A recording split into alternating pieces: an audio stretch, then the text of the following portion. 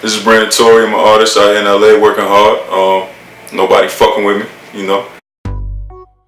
Yeah, got the block going digital.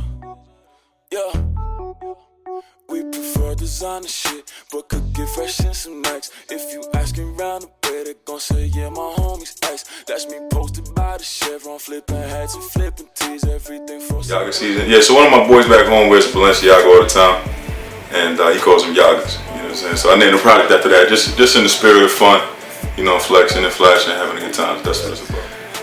I used to tell one of my boys in Atlanta, because he was super humble, but he was dope. He'd be in the studio, he'd know some shit, the engineer be struggling, he wouldn't say nothing. I'd be like, bro, you got it.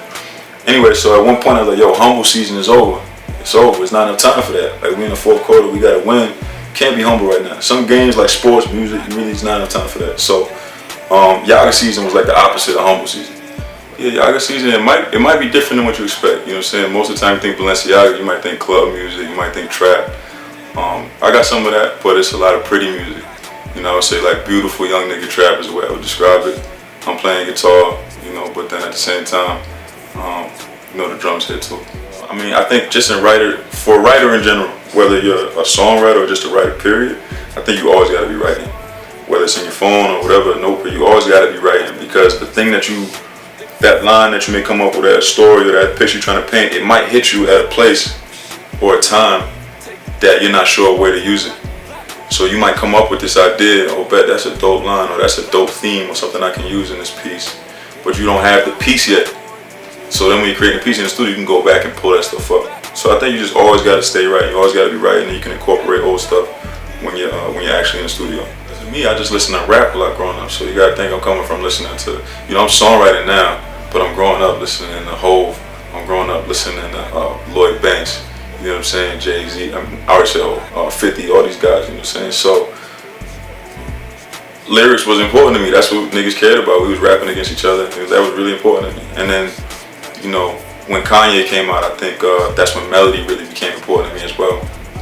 The full music shit was pretty cool, you know what I'm saying? I'm from a city that's kind of fucked up, but I think a lot of people are, you know what I'm saying? So that doesn't really make you unique nowadays. But a lot of my homies been through a lot of crazy shit, you know what I'm saying? Especially with me gone. Sometimes you'll come back and, oh shit, I know so-and-so got locked up or killed or whatever it may be. So, you know, before music, it was just bullshit, you know what I'm saying? Just being with your homies and whatnot. But for me, I always had a vision, you know what I'm saying? I always knew I wanted to do it big. I always wanted to do music. I wanted to do technology. I wanted to do fashion. I always wanted to do this shit. I always looked up to people like Kanye, Pharrell, you know what I'm saying? So it was never like bullshit and like, oh yeah, I don't know what I'm gonna do with my life. It was just having fun and whatnot, but in the back of your mind thinking, how the fuck am I gonna blow up? You know what I'm saying? And so, like I said, just pursuing my dream like anybody else would. You know, a lot of artists had these crazy stories through music. You know, where they was homeless and they was doing this and they was living in cars and shit. My whole struggle was before music. You know what I'm saying? Like I lived in a shelter as a teenager. All that shit was like, that dwarfs anything I went through music. So by the time I started music, it was cool. Like I moved to Atlanta, whatever. Like they was roasting the apartment. That didn't mean shit though. You know what I'm saying? The rent was really low. I'm doing what I love. I don't really have no struggle stories for music because I feel like I was already at a point in my life where the struggle was over. Now it's just music. We just having fun. We're moving around, going to different studios. Yeah, it's hard to get in the game, but why wouldn't it be? It's money on the line. Like we all competing for that. So yeah, the whole struggle story for me really wasn't music related. It was before that, and it was high school, and it was just shit that I went through with my family, and we over that. So for now, it's, you know, it's all positive. It's just having fun and creating. So the reason we was even in that situation is probably because, you know what I'm saying, they was willing to risk a lot of shit.